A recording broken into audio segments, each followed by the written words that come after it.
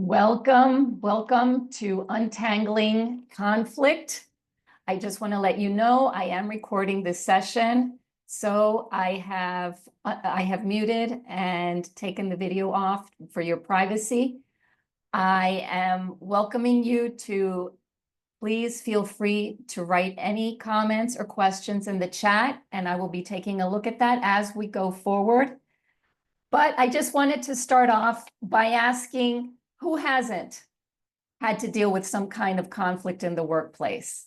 I think it's inevitable anytime that two or more people are involved in any kind of decision making or having to agree on something, that there are going to be differences of opinion that may cause a little bit of conflict anywhere, anytime. So I'd like to start off first by telling you a little story about something that happened to me with a partner client. I had worked for this client and submitted an invoice. The policy was that I was to be paid 30 days after submission.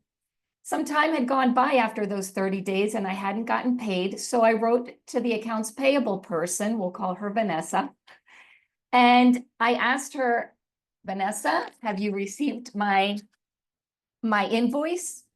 To which she replied very shortly, the policy is you get paid 30 days after receipt of the invoice. Okay, so I wrote again, did you receive my invoice? And she says, no, I haven't. I write back again, I gave it to John, the person who hired me. You didn't receive it? The policy is 30 days after I received the invoice, I have not received anything. At this point, I'm starting to feel a little angry because I feel like she's just repeating the same thing, not asking me anything, not willing to help me. It's kind of like, your problem, you figure it out. So obviously that caused some conflict in me, as you can imagine. And I'll bet you that this example is probably very similar to what many of you have in your day-to-day with your stakeholders, etc. And you wonder, how am I going to deal with it? Do I send a snooty remark back? Do I escalate? Do I ignore it? And it's up to you, but the results that you receive might vary on what decision you decide upon. So let's take a look at what we mean when we talk about conflict. So when we try to define conflict, I get a lot of different answers from many of my clients. And I'd ask you to please go ahead and write in the chat, how would you define conflict? What is conflict in your mind? And is it good or is it bad? Should you engage or should you avoid? These are the questions that are very important that we consider when we try to define conflict and how to manage it. So, what is conflict? When we talk about conflict, okay, I see some saying opposite views on a subject, not good or bad. When two people disagree, absolutely. Yes. So when we talk about conflict in its definition, I like this Merriam-Webster definition, which talks about more of a struggle that comes from opposing views or needs, be they internal or external, which means that you can be in conflict regarding an interaction with someone, or you can be in conflict with yourself. So it's something that creates like an internal turmoil, so to speak. So when we talk about conflict, and we talk about conflict specifically in the workplace, you can see that there are usually about 3 basic causes of conflict. It doesn't mean that there are not others, but they usually fall under one of 3 umbrellas. So when we talk about the main causes of conflict at work, studies show that there are 3 categories. The first one has to do with structural differences. What does that mean? It means that you might have a difference of opinion regarding how you're going to do something.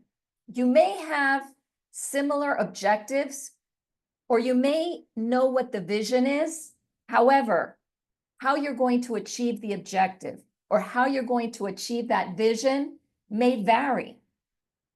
Joe over here may think that we should do things this way, whereas I may think that we should do it this way. And of course, the methodology is what's going to cause the conflict. It also includes things like not only the decision making, but it could be on what criteria are we going to use to determine whether you achieved your objective or not? How are we going to measure success? What are your KPIs, your key performance indicators going to be? And are yours going to be opposite of what mine are?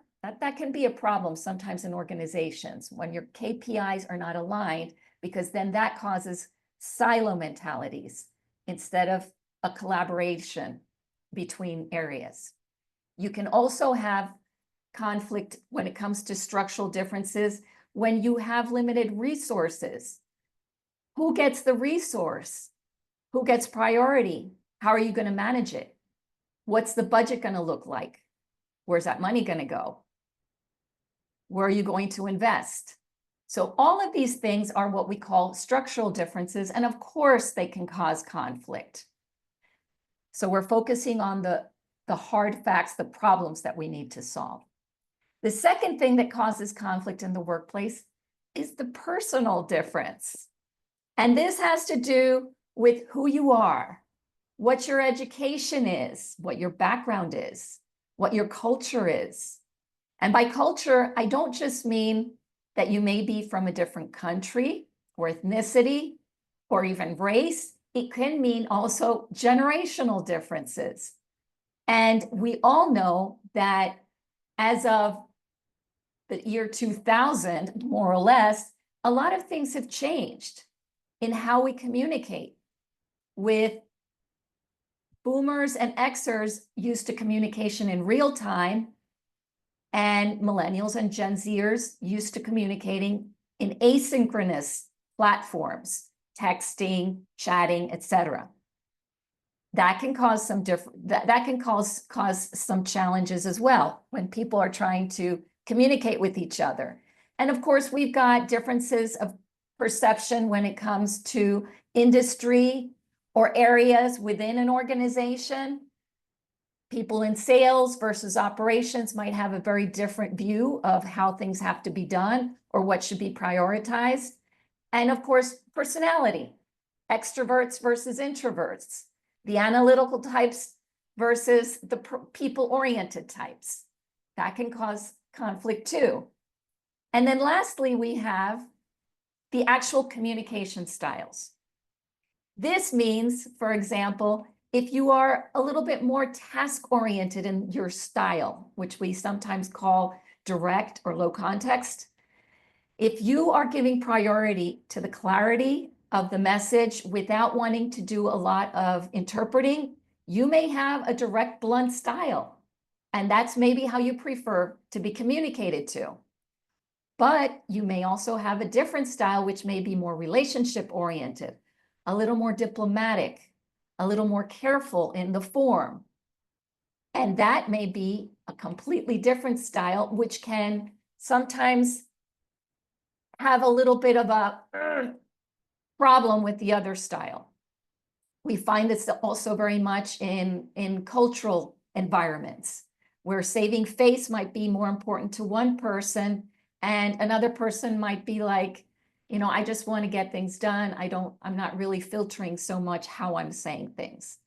So the style can also cause some conflict.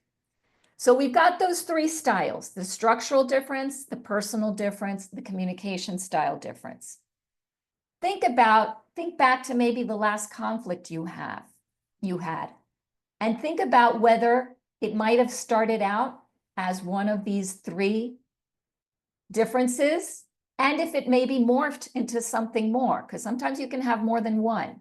Many people say it may start out as a structural difference, but then when you have the conversation or dialogue, it can sometimes become more of a communication difference. And by the way, conflict is healthy as long as we know how to manage it and manage it properly and in a timely way. Because if we don't, we risk elevating the conflict to a second or third level, which makes it a little harder to keep in mind three things: being able to solve the problem, taking care of your needs, and taking care of my needs. The more we escalate the conflict, a lot of those things start falling off, and we may not worry so much about the other person's needs anymore, and we start clinging on to our own. And by the way, a lot of times conflict can, if you solve it at that first level, that's where you have the emotional intelligence still to be able to manage it, because conflict can escalate if we feel that there is a threat to our sense of self-worth. Let me repeat that. Conflict can really escalate when we sense a threat to our self-worth. And many times that's where we find the difficulty. It's not just the structural issue, it's when it becomes something that we feel that becomes a little personal. I'm going to show you a case so that we can use it as an example when I give you some of the methodologies and tips to address those difficult conversations. So let's take a look at Alex and Priya. We've got Alex, he's the sales lead, and he's under pressure, as many times salespeople are, to meet those aggressive revenue targets. But his colleague in operations, Priya, keeps delaying some of the critical deliverables. Alex sees Priya as uncooperative, overly cautious. She's getting on his nerves. And on the other hand, Priya feels like her team's being overburdened, set up for failure, because sales is always submitting rushed, incomplete requests. And Priya's like, how am I going to meet these deadlines? She also finds that Alex's blunt emails are abrasive, especially the last one where he demanded a rushed delivery for a project.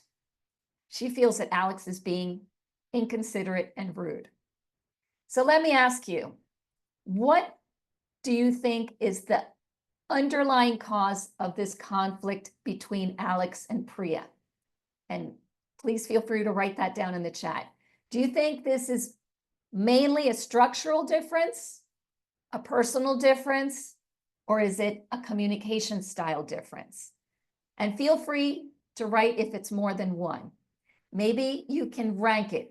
Is it number one this, number two this, number three this, or is it just one, or is it just the other? What do you think? What do you think is causing this conflict between Alex and Priya? Any thoughts there?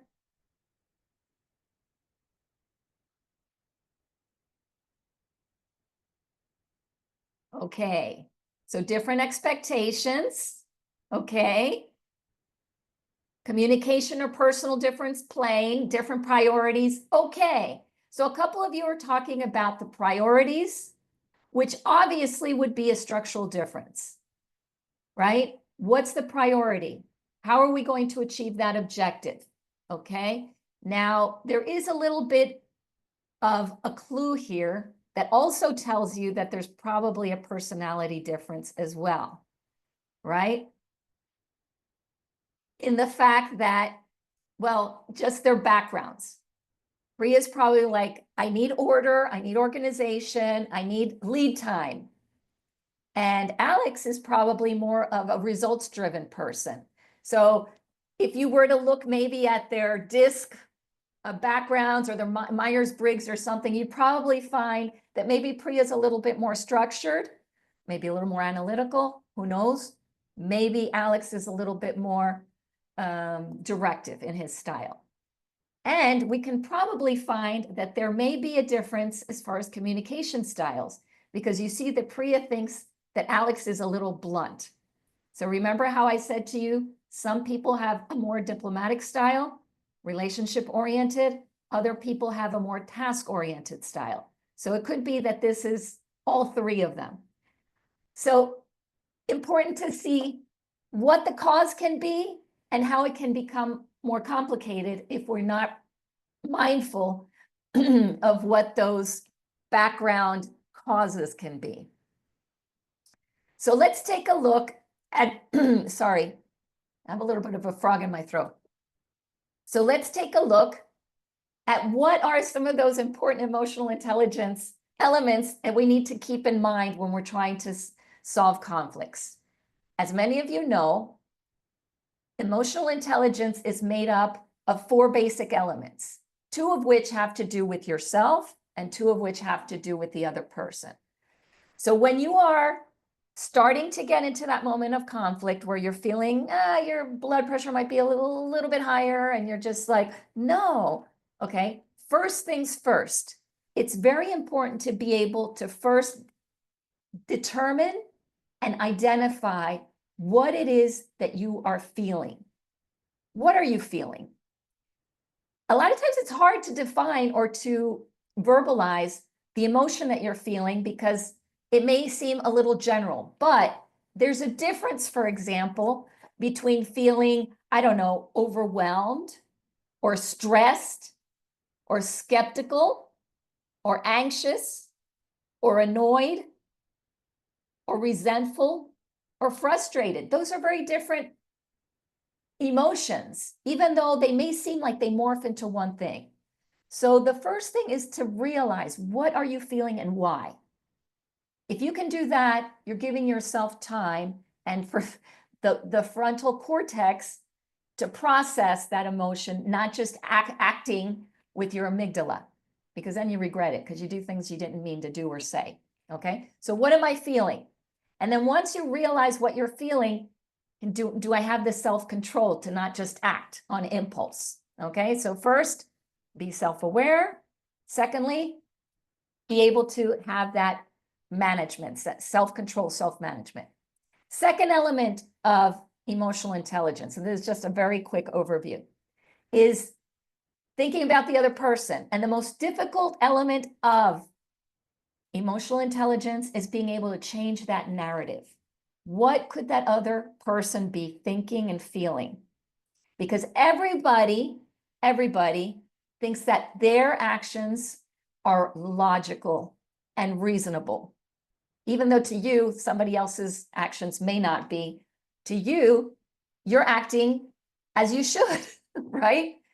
So can you change the narrative in your mind to think what could be the reason why this person is behaving the way they're behaving and what could be their underlying emotion or reason for doing what they're doing? I'm telling you, this is a difficult exercise, but once you do it, all of a sudden the conflict really deflates a lot if you can do that.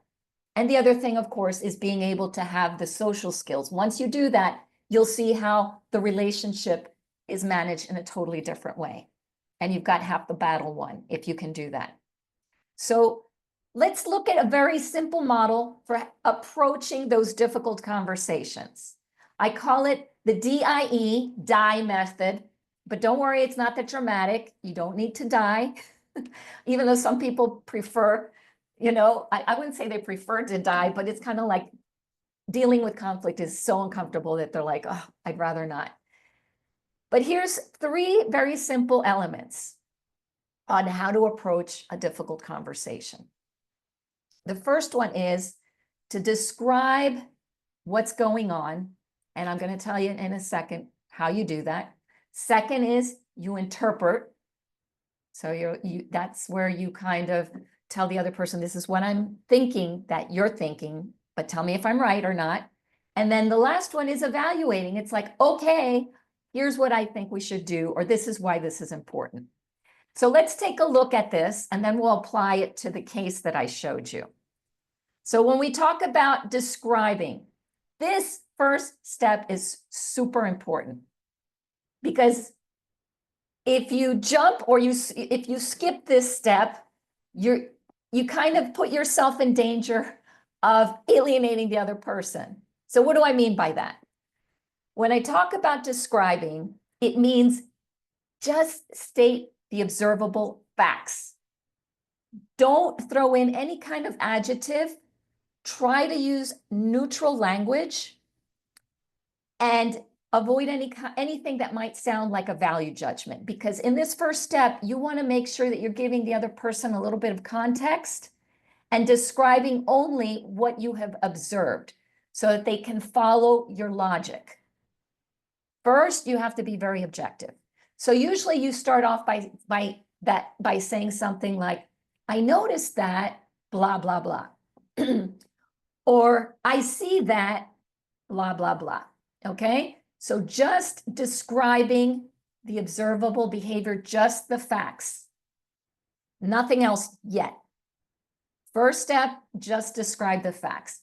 I'll give you a few examples and see if you can identify which of these sentences are describing just the facts and which sentences are evaluating or giving a little bit of a value judgment. And I'd like for you to use the chat to see, and you can write D if you think it's a description or E if you think it's an evaluation. So let's go one by one. The first sentence is, you're pressuring me. Am I describing just the facts, observable facts, or am I evaluating? What do you think? D or E? Okay, very good. Yes, it's an evaluation, of course. It's very subjective. What does pressuring look like? Now, if I were to say something in a descriptive form, I may say something like, you've asked me the status of the project 3 times within the last hour. See how different that is? That's a description. It's like, okay, yes, I have asked you for a status report 3 times in the last hour, but I'm not evaluating it yet. Here I'm jumping to the evaluation. I'm telling you, you're pressuring me. No, first you describe just the action. Number 2, I noticed you missed the last 2 team meetings. Is that a description or an evaluation?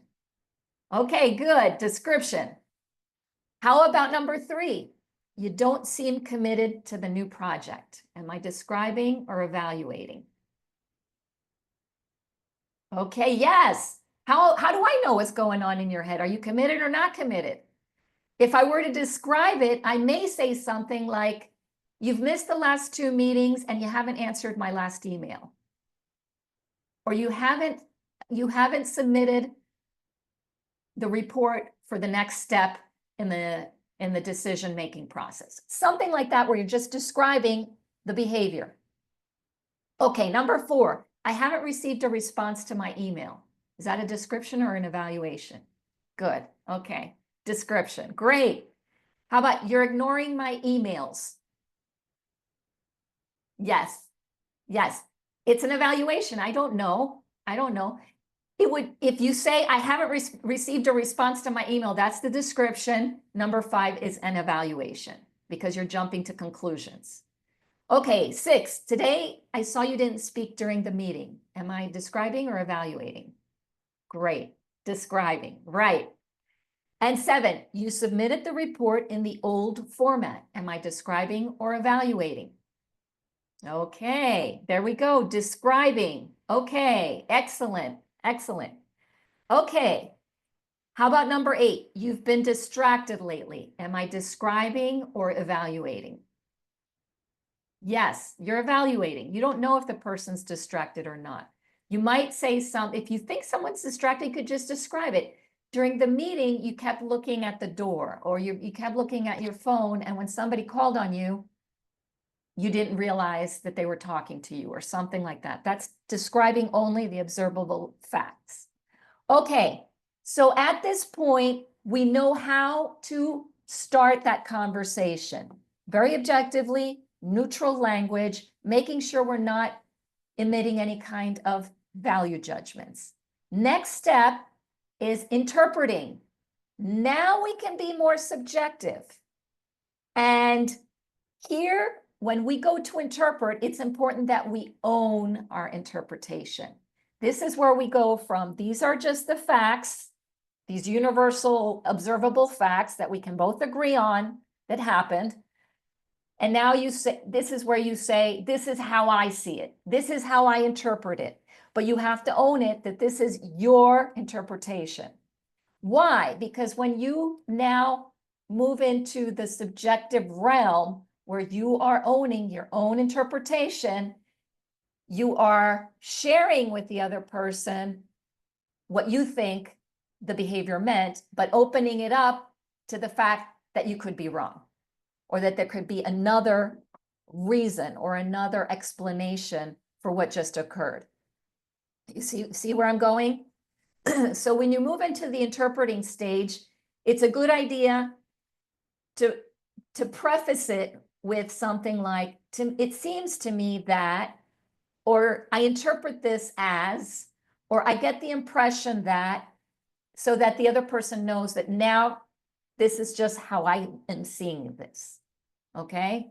So for example, if I were to go back and say, for example, today, I saw that you didn't speak during the meeting. That might be my description. And then I might interpret it as, it gives me the impression that you may not be on board with the decisions that were made. That could be my interpretation. Now, that's my interpretation. The other person might say, no, Maria, it's not that. It's just that I wanted to let some of the other people speak and give their opinions.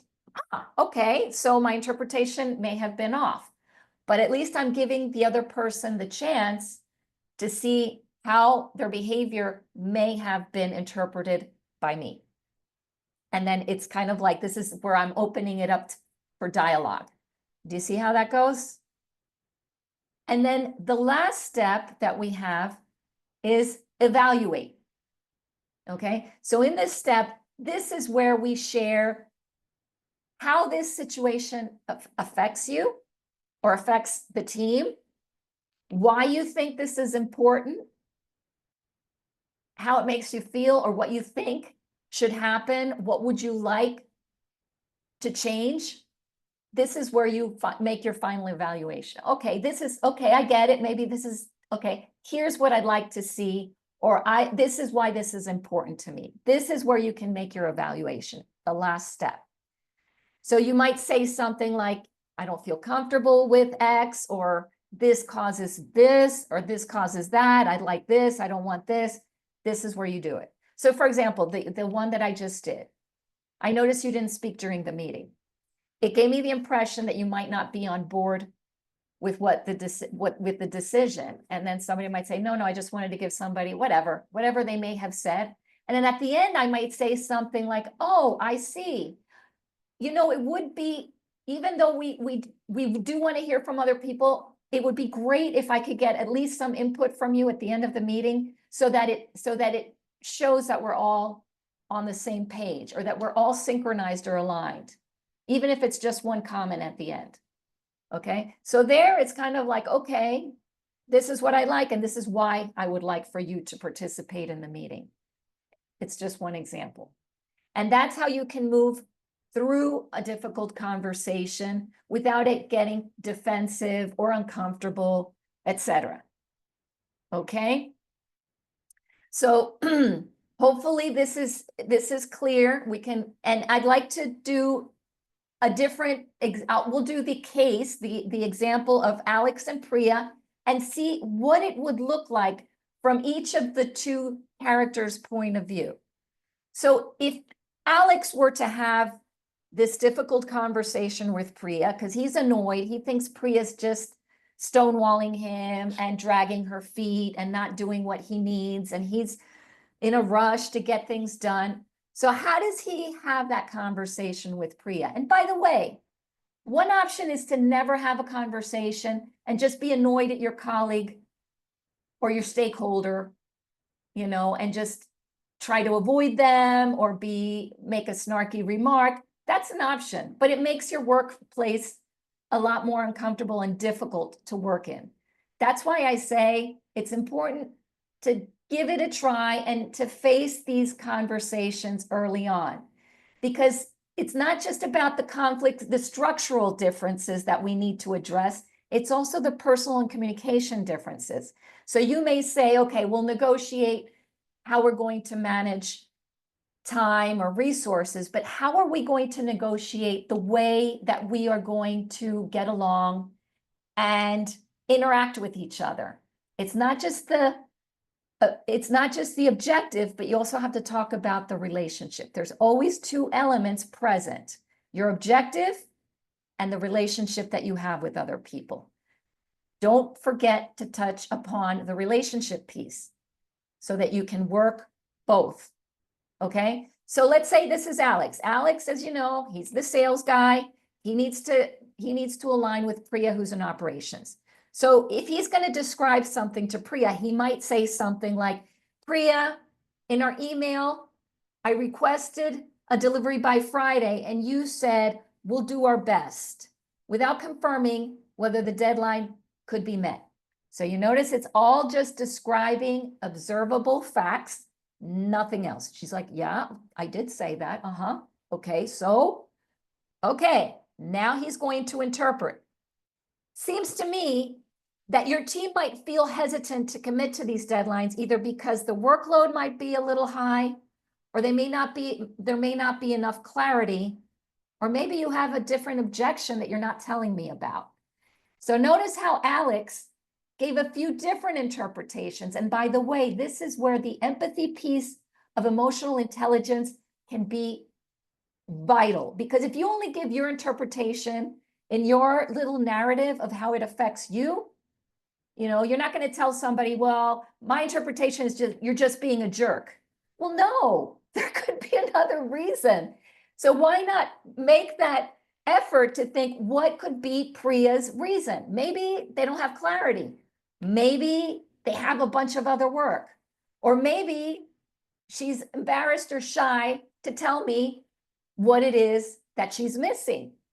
So you can see that there's a little bit of good faith when you have more than one interpretation and you do that exercise in empathy of trying to think out what could be their reason. So maybe giving more than one interpretation can be very helpful. Is it this, or could it be this other thing? Okay. And then lastly, he evaluates. So he could say something like, this creates uncertainty because I can't provide my clients with a reliable timeline, and it causes stress in my team. This is why this is important to him, you see? It would help to clarify expectations on both sides. So I'd like to see if we can explore creating a standardized process for this request to make sure we both have the information and confidence to move forward. So he's actually asking for an action. How about we agree so that on a process so that we're both on the same page and there's no ambiguity? That is his ask. So you see how he went from the description, interpretation, evaluation, and it doesn't have to be aggressive, and it can be he's giving her the benefit of the doubt, and hopefully this is conducive to a more fruitful conversation with Priya. Okay, now let's look at it from Priya's point of view, because she's the operations person, and she might be just as frustrated with Alex, right? So she could approach this by saying to Alex, Alex, I see in your email about Project X last Monday that you requested a delivery by Friday and stated no exceptions. I didn't see detailed specifications that we would need to start work right away. Okay, she's just stating what the email said in that interaction. Now you can see that each of them have their different lenses and what each of them saw in their email to each other and what their conflict point is, right?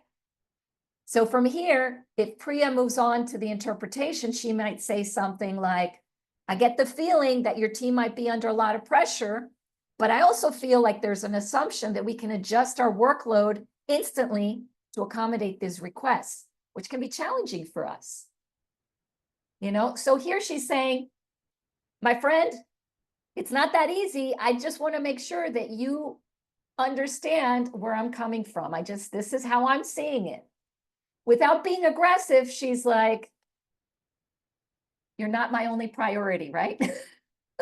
So it's like, take it easy. Let's figure this out. And then of course, when she gets to the point of evaluating, she can say something like, this puts my team in a difficult situation because we have to scramble to fill the missing details or reprioritize other work which can affect our deliverables. It would help, and here's where you make the suggestion, it would help to set realistic timelines and provide complete information up front.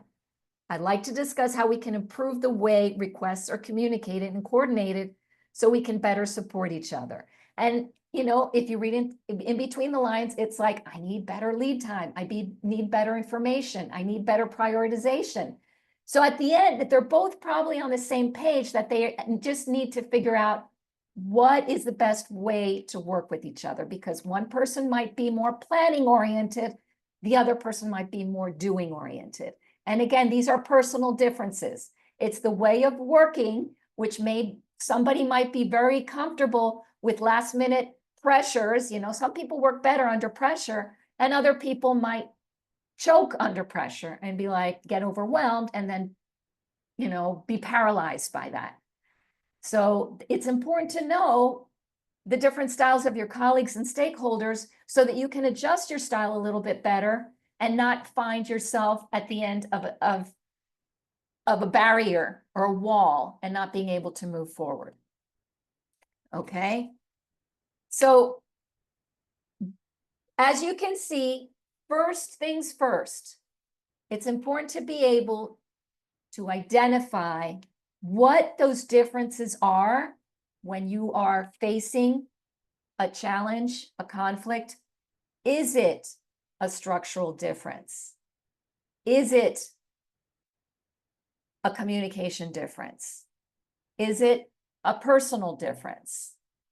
And if you can identify first the cause, it's easier, because if it's a structural difference, again, you can probably negotiate the resources, the decision-making, etc. If it's a personal difference, it's important to bear in mind that there might be a little bit of there may be diversity in thought in the way that people process, if it's a generational difference, if it's a cultural difference. And of course, the communication difference is there may be people who prefer a more blunt style and others who prefer a more diplomatic style. Who are you dealing with? And if you know your stakeholder, it's a little bit easier to adjust so that you can bridge that style a little bit better. Okay, so once you have identified the causes of the conflict and you have identified that it's time to have a conversation, please don't wait until things build up, because again, if you're sweeping things under the rug, that little mound under the rug keeps getting bigger and bigger and bigger, and you're going to trip over that rug. So better to clean out that little bit of dust from underneath the rug in good time, in a timely manner, so that it's always nice and clean and flowing and there's no little mound that you might trip on. Once you're ready to have that conversation, and by the way, not only in the work environment, you can have this also in your personal life as well. Remember first to describe in a very clear, objective way, observable behavior only. Then move into the interpreting, how you perceive, how you interpret what is happening. And here I would also recommend using a little bit of the emotional intelligence by trying to put the narrative, change the narrative, and see if you can come up with more than one interpretation for the behavior that you have observed, and maybe from the point of view of the other person as well as your own. And then lastly, the evaluation, why this is important or what you would like to see change. Now, going back to my story with Vanessa, when I was very annoyed with her because she was just repeating the same thing and she seemed to be very rigid and not at all empathetic, I decided to walk the talk. So I wrote to her and I explained to her, I'm sorry, I probably made a mistake and should have sent you the invoice. I sent it to John, the program manager, without knowing that it had to be copied to you, or that it had to be copied to him and sent to you. Would you please consider that and not make me wait another 30 days? And then on another paragraph, I addressed the elephant in the room. You got to be a little bit brave to do that, because it's like, okay, you know, I'm annoyed, but you'll be glad you did, because in a separate paragraph, I said to her, Vanessa, I know it probably wasn't your intent, but when you repeated the policy a couple of times without any further explanation, I got the impression that you didn't think this was very important, and it made me feel like I'm not on your list of priorities when it comes to interaction and being a provider for your company. It made me feel bad. Okay, so I was kind of vulnerable there, and I told her, you know, your answer kind of made me feel bad. That my interpretation is maybe maybe you're busy, but it also gave me the impression that maybe I'm not that important to you. And my last comment in the evaluation was, I'd like to feel that our professional relationship is valuable to you and that I'm adding value to the company. She wrote back to me, and it was incredible. She wrote back and she apologized. She said, look, it wasn't my intention to come across as being short. We do value your contributions, and the thing is, I've got a lot of things on my plate right now because my mother just passed away. That changes a lot. The fact that she was able to also be a little bit vulnerable changed my perception as well. And a lot of times we don't know what's going on with people and why they might be behaving in a certain way. May have nothing to do with us. So we can't really take things personally. It's so important to give people the benefit of the doubt, and being able to respectfully tell them the impact of their behavior in a way that doesn't make them feel bad or ashamed. I can just tell you that the relationship with Vanessa became stronger, and there was almost like a sense of solidarity because we were able to talk about our relationship, not just the issue at hand. And you'd be surprised how sometimes being brave and having that moment of vulnerability when it comes to solving conflicts can make a huge difference in your interactions with your stakeholders and colleagues. So it was a happy ending. I'd love to open this up. Well, before I open it up, I'd like to let you know that if you would like a cheat sheet with all of the information that I covered, please feel free to scan the QR code. And I will also put a link in the chat so that you can, if you prefer just to click on the link, you can do that. And you can get your cheat sheet with pretty much just everything I just talked about in one very easy little cheat sheet.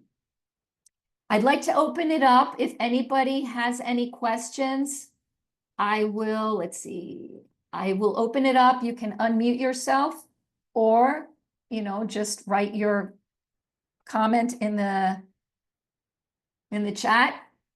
Feel free to ask any question or comment. You're welcome to ask any question or comment at this moment.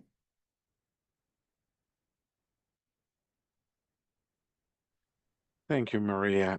It has been great to listen to your presentation today. Thank you very much, because one of the, I think, critical elements of the whole conflict space in organizations is that it's always a matter of looking at how emotions play into us. Just a few days ago, we have a very emotional charge discussion here in the office, and as a result of that conversation, a person decided to leave the company.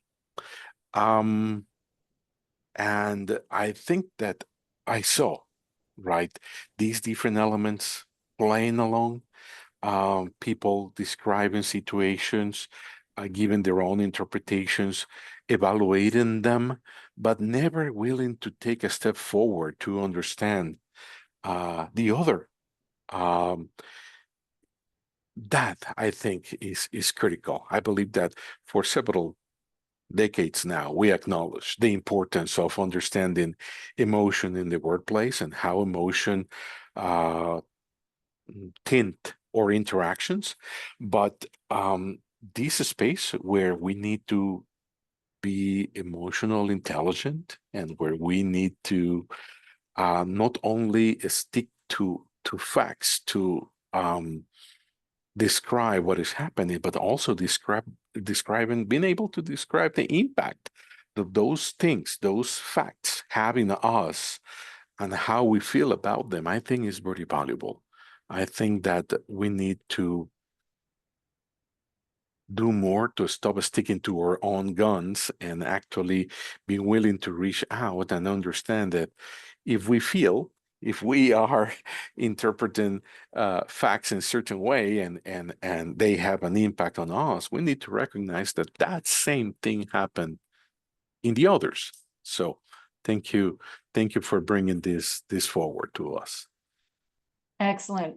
That you hit the nail on the head, because again, you have two different pairs of eyes, a different, different triggers, different backgrounds, and of course, things are going to affect us differently. What may be completely fine and innocuous to one person may be triggering emotionally to another person. That's why it's so important to start with just the facts and then be brave enough to own your own interpretation, because it's the courtesy that you're extending the other person of saying, I'm going to open my brain here so you can see how I interpret this or how this affected me. It's an act of goodwill. And if you do it this way, it's easier for the other person to be like, oh, that's how you interpret it? No, I'm sorry, that's not what I meant. Because communication it's not static, it's dynamic. And there are so many different elements that cause noise. And part of the noise is our own background. It's our own biases and preferences and culture and all kinds of different things that are going to weave themselves into our perception. So yes, it's so important to be able to have that, the bravery to be able to do that. And I see the question, what do you do if you have trouble coming up with a goodwill interpretation for the other person in the conflict? How do you navigate that? You know what? It's inevitable because you are in your own narrative and how their behavior is impacting you. And it may be very difficult to think outside of that impact, or maybe you're seeing malice or something that is just like, oh my gosh, this person is just trying to make my life more difficult, or this person is just mean, or this, and it can be overwhelming sometimes to see any kind of goodwill in the other person. But I would challenge you to think, I mean, unless something is escalated to such a degree that there actually is that kind of hostility, I would say I would be a little hesitant to jump to that assumption, because again, you don't know what's going on in somebody's life. And a lot of times when people lash out, it's not about the person they're lashing out against. It's a lot of other stuff. And that they might find somebody to be the easiest target to let out all of their pent up emotion. And we do that a lot with our family. How many times do we snap at some of our loved ones because they're the easy target, and they might have to, hold the brunt of the anger or the frustration that we're bringing in from the office or from an interaction we just had with someone, or typically, you yell at the dog or whatever. And it's not about what the person in front of you is doing. It's about everything you have behind you. Road rage is a perfect example. How many times do we get, you think that the person that just cut in front of you wants to kill you? Well, no, they don't want to kill you. You were probably in their blind spot. But it's hard to see that because we only see, or we only feel the impact of what their action had on us. And we may not be able to see a little further. So I hope that answered your question. Okay.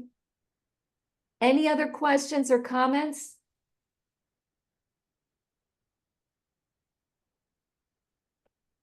Okay, well, if that's it, I appreciate your time. Thank you so much. Feel free to reach out to me. My information is there on this slide. The cheat sheet link is there in the chat. And I wish you the best managing your conversation, your conflicts going forward. And I hope you have a wonderful day.